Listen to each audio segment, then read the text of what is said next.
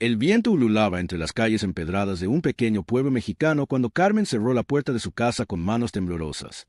Sus ojos oscuros, antes llenos de inocencia, ahora reflejaban un torbellino de emociones contenidas. Nadie lo sabía aún, pero en su corazón se gestaba una tragedia que cambiaría el destino de todos a su alrededor. Lo que comenzó como una devoción pura se transformaría en una historia de deseo, poder y un crimen que estremecería a la comunidad religiosa. Carmen era una ama de casa ejemplar, fiel esposa y madre dedicada, pero en su interior el fuego de la insatisfacción ardía con fuerza.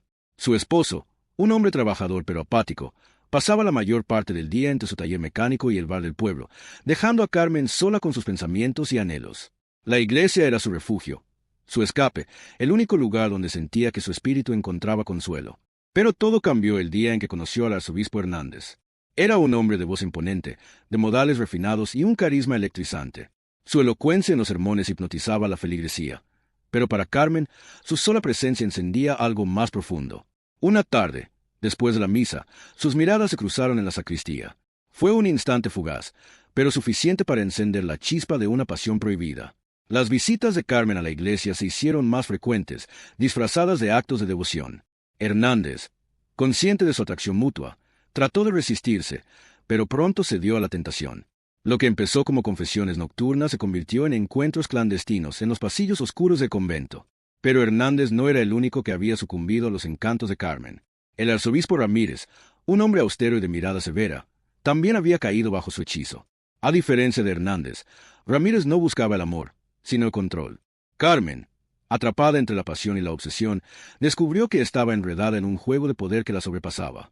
El tercer hombre en su vida era el arzobispo Velázquez, el más enigmático de todos. Un hombre de fe y rigor, pero con una debilidad que nadie conocía. Sus encuentros con Carmen eran más furtivos, más desesperados. 3 hombres, 3 secretos. Carmen disfrutaba el poder que tenía sobre ellos, pero no imaginaba que su doble juego la llevaría a un destino sin retorno. El pueblo, ajeno a lo que sucedía tras los muros de la iglesia, comenzó a murmurar. Los sacerdotes se volvieron inusualmente tensos, los sermones de Hernández se tornaron sombríos, y Ramírez comenzó a mostrar signos de paranoia. Un día, un confidente anónimo envió una carta al Vaticano. Carmen no lo sabía, pero el reloj de su destino ya estaba en cuenta regresiva. Y cuando la tragedia finalmente se desató, no hubo lugar en la tierra donde pudiera esconderse del precio de sus pecados. Las campanas de la iglesia repicaban con una solemnidad lúgubre mientras Carmen se escabullía por los pasillos oscuros del convento. Sabía que lo que hacía era un pecado, pero la adrenalina que recorría su cuerpo era más fuerte que cualquier sentimiento de culpa. Esa noche, una cita secreta la esperaba en la habitación del arzobispo Hernández. Sin embargo, lo que encontró al cruzar la puerta fue mucho más aterrador de lo que jamás habría imaginado. La habitación estaba en penumbras, iluminada apenas por una vela parpadeante. En el centro, de pie y con una expresión desencajada, se encontraba el arzobispo Ramírez. Su sotana estaba desalineada y sus manos temblaban de furia. Carmen sintió un escalofrío recorrerle la espalda. No estaba sola con él. Desde una esquina, el arzobispo Velázquez la observaba con una mirada imposible de descifrar. Algo estaba mal. Algo estaba a punto de romperse. ¿Qué es esto?, susurró Carmen con el corazón latiendo con fuerza.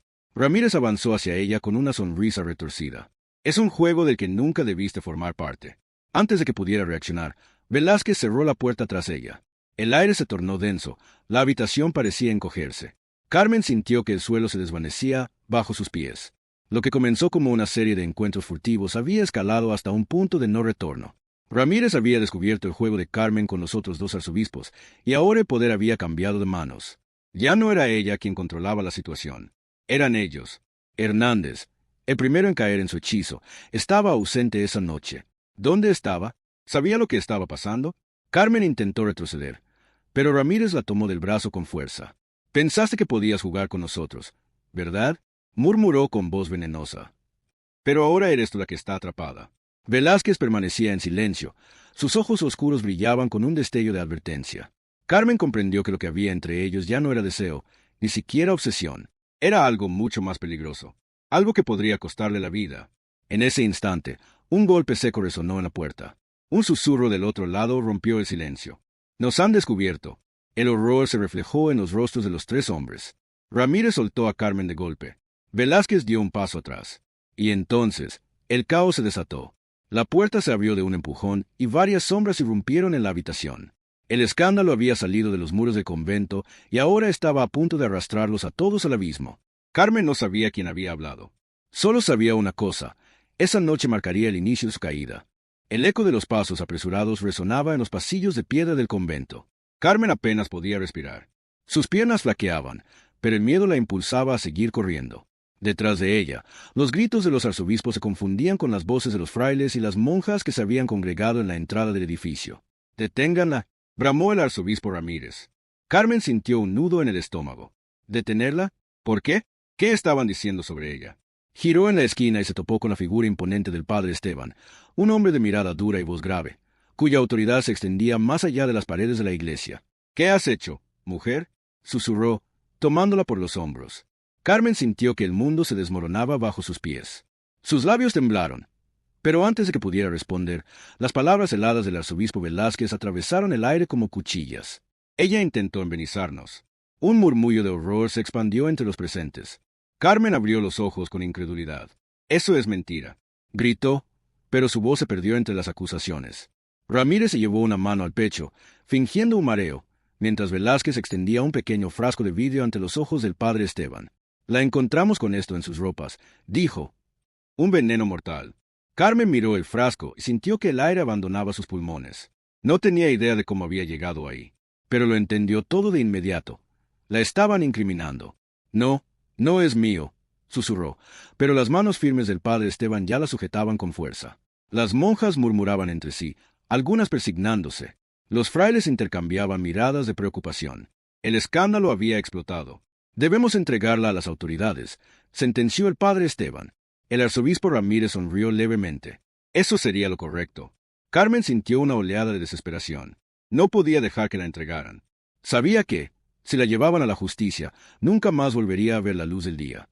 Los arzobispos tenían el poder suficiente para torcer la verdad, para silenciarla para siempre. Su mente trabajó frenéticamente. Tenía que huir. Tenía que hacerlo ahora. Entonces, como un susurro del destino, el sonido de las campanas de convento la sacudió hasta los huesos. Un recordatorio de que el tiempo se agotaba. Carmen dejó caer los hombros, fingiendo derrota. «Está bien», murmuró. «Iré con ustedes». El padre Esteban aflojó un poco su agarre. Fue suficiente. Con un movimiento ágil, Carmen se soltó y corrió hacia la puerta lateral. La sorpresa le dio ventaja. Atravesó el umbral y se perdió en la noche. Detrás de ella, los gritos de los religiosos llenaban el aire. «¡Deténganla!», pero ya era tarde. Carmen corría sin mirar atrás, con el corazón desbocado y la certeza de que su vida, tal como la conocía, había terminado. La noche envolvía a Carmen como un manto de sombras mientras corría por las calles empedradas de la ciudad.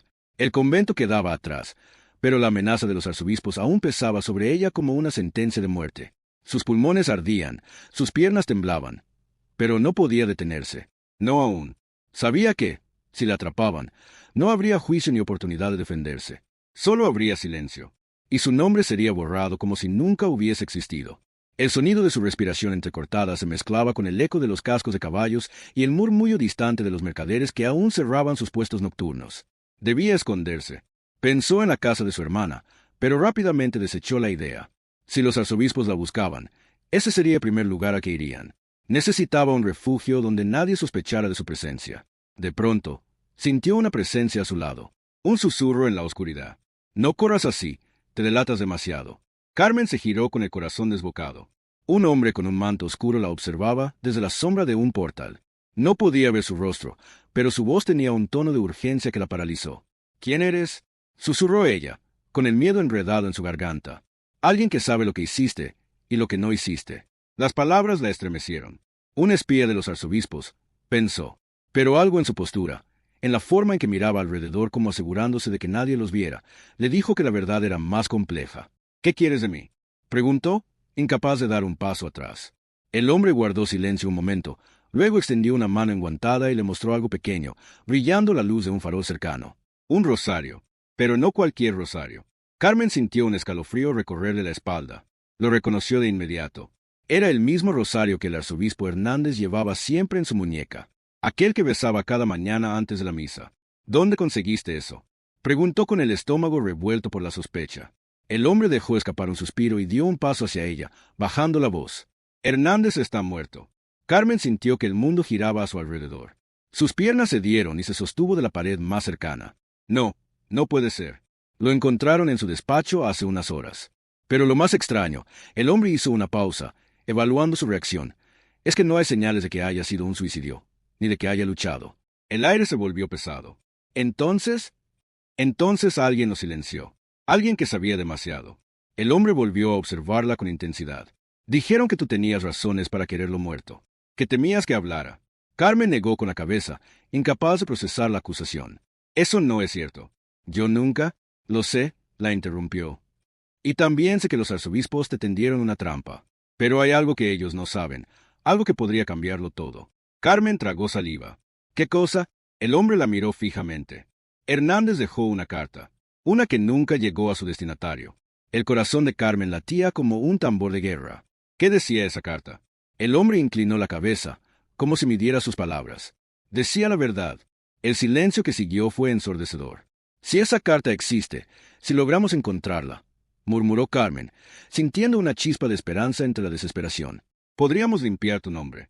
Pero antes de que pudiera responder, un ruido lejano rompió la quietud de la noche. Voces, faroles encendidos, guardias. Los estaban buscando. Debemos irnos, susurró el hombre, tomándola del brazo con firmeza.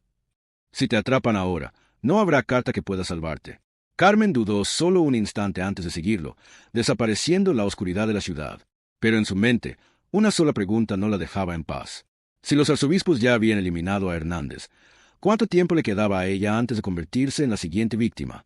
El aroma de cera derretida y libros antiguos impregnaba la sala oculta donde Carmen y su misterioso aliado se refugiaron.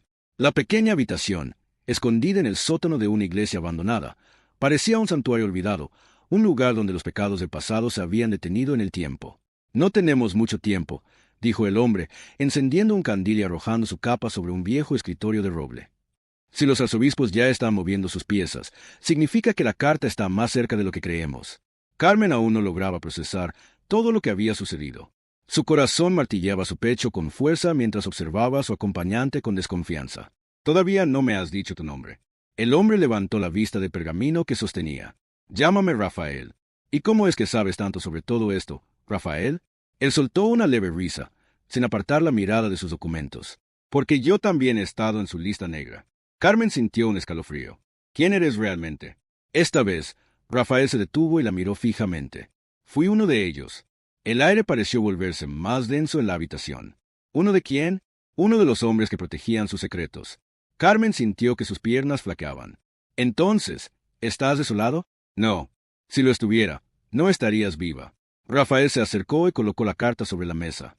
Hernández sabía demasiado, y lo eliminaron antes de que pudiera hablar. Pero cometieron un error. Carmen observó el sobrecerrado con el sello del arzobispo.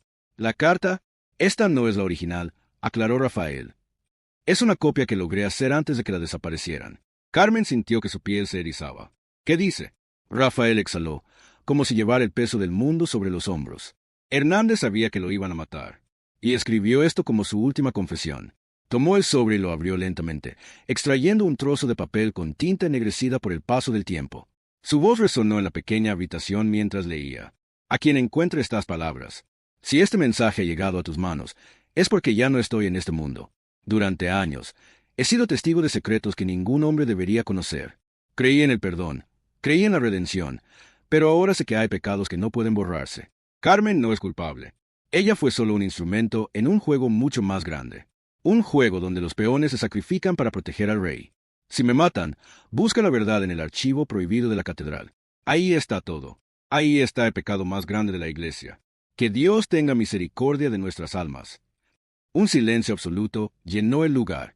Carmen sintió una punzada de miedo en el estómago. ¿El archivo prohibido? Rafael asintió. Está en la catedral, pero no es un archivo cualquiera. Está oculto tras la sacristía, en una bóveda que solo los arzobispos conocen. Carmen pasó una mano temblorosa por su rostro. Si logramos llegar ahí, la interrumpió Rafael, sabremos la verdad. Pero justo en ese momento, un sonido los congeló. Pasos, pesados, calculados, acercándose. Rafael apagó la vela de inmediato, sumergiéndolos en la oscuridad. Nos encontraron, susurró con urgencia. Carmen sintió como su pulso se disparaba. La puerta del sótano crujió levemente. Siluetas oscurecían la entrada. Salgan, ordenó una voz grave. No hay escapatoria. Carmen tragó saliva, su mente girando en mil direcciones. Si eran capturados, todo acabaría. Pero entonces, Rafael le susurró algo al oído. Hay una salida secreta. Sígueme. Sin pensarlo, Carmen asintió y se preparó para correr. Pero justo cuando iban a moverse, la voz volvió a resonar. Sabemos que tienes la carta. Carmen. Se detuvo en seco. ¿Cómo lo sabían? El miedo la paralizó. Pero Rafael la tomó de la mano y, con un último susurro, le dijo, no podemos perder. Y en ese instante, la puerta se abrió de golpe. El sótano estalló en caos. Rafael y Carmen se lanzaron hacia la puerta secreta justo cuando los hombres de negro irrumpieron en la habitación con armas ocultas bajo sus túnicas. Una ráfaga de luz de linternas iluminó el polvo suspendido en el aire, mientras una voz fría y autoritaria resonó en la penumbra. «¡Deténganlos!». Pero Rafael ya había empujado a Carmen dentro del estrecho túnel de piedra que serpenteaba bajo la iglesia. El aire era pesado, húmedo, impregnado de un olor a moho y desesperación. «¡Corre!», susurró Rafael con urgencia. «No mires atrás». Carmen sintió que su corazón latía tan fuerte que le martillaba los oídos. Con la carta de Hernández apretada contra su pecho, avanzó a tientas por el pasadizo. Detrás de ellos, los pasos resonaban con una precisión escalofriante. «¡Cierren la salida!», gritó una voz. Rafael aceleró el paso y, con un esfuerzo sobrehumano, empujó una vieja trampilla que daba a la parte trasera de la catedral. Emergieron en el callejón. La lluvia caía con furia, oscureciendo las sombras de la ciudad. «Tenemos que entrar a la catedral ahora», jadeó Carmen. «Es una locura», dijo Rafael, limpiándose la sangre de un corte en la ceja. «Ellos estarán esperándonos». «No importa». Carmen sabía que si no lo hacían ahora, jamás tendrían otra oportunidad. Corrieron bajo la tormenta hasta llegar a las enormes puertas de madera del templo. Cuando Carmen tocó la superficie húmeda con sus manos temblorosas, se dio cuenta de que estaban abiertas, como si los estuvieran esperando. El interior de la catedral estaba iluminado tenuemente por las velas titilantes de los altares. Cada paso resonaba en la inmensidad de la nave central. «La sacristía», susurró Rafael. «El archivo está detrás». Pero antes de que pudieran moverse, una figura emergió de las sombras. Sabíamos que vendrían. Era el arzobispo Montemayor. Vestido con su imponente sotana, su rostro permanecía impasible, pero sus ojos reflejaban algo aún más perturbador. «Han jugado bien sus cartas», continuó con una voz cargada de veneno, «pero el juego ha terminado». 2 guardias aparecieron a su lado. Carmen sintió que su garganta se cerraba. «¿Por qué?», preguntó con un hilo de voz. «¿Por qué asesinaron a Hernández?». Montemayor sonrió. «Porque sabía demasiado». Rafael dio un paso al frente. «Y ahora nosotros también». El arzobispo suspiró y extendió la mano. «Dame la carta, Carmen». Ella la apretó contra su pecho. «No». Montemayor hizo una señal con la cabeza y los guardias avanzaron. Fue en ese instante que Rafael actuó. Con un movimiento rápido, sacó un pequeño frasco de su chaqueta y lo estrelló contra el suelo. Una nube de humo blanco envolvió el lugar. «¡Corre, Carmen!», gritó Rafael. A ciegas, Carmen se lanzó hacia la sacristía, sintiendo como las manos la rozaban en la oscuridad. Tropezó con el altar, empujó una puerta de madera y cayó en una pequeña habitación revestida de libros antiguos y documentos apilados. Y allí estaba, la bóveda. Carmen se tambaleó hacia el gran estante de metal y deslizó sus dedos por los viejos volúmenes encuadernados en cuero, hasta que lo encontró, el dossier prohibido. Lo tomó con manos temblorosas y lo abrió. Los documentos en su interior eran devastadores. Nombres, fechas, fotografías. Una red de corrupción, abuso y asesinato que llegaba hasta los niveles más altos de clero. Y en la última página, una confesión escrita con tinta temblorosa. El mayor pecado de la Iglesia no fue ocultar la verdad, sino silenciar a aquellos que intentaron revelarla. Carmen sintió que el suelo se desmoronaba bajo sus pies. Pero antes de que pudiera reaccionar, una voz la heló por completo. «¡Qué decepcionante, Carmen!». Se giró y vio a Montemayor en el umbral de la puerta, con un revólver en la mano. Su sonrisa era la de un hombre que ya había ganado.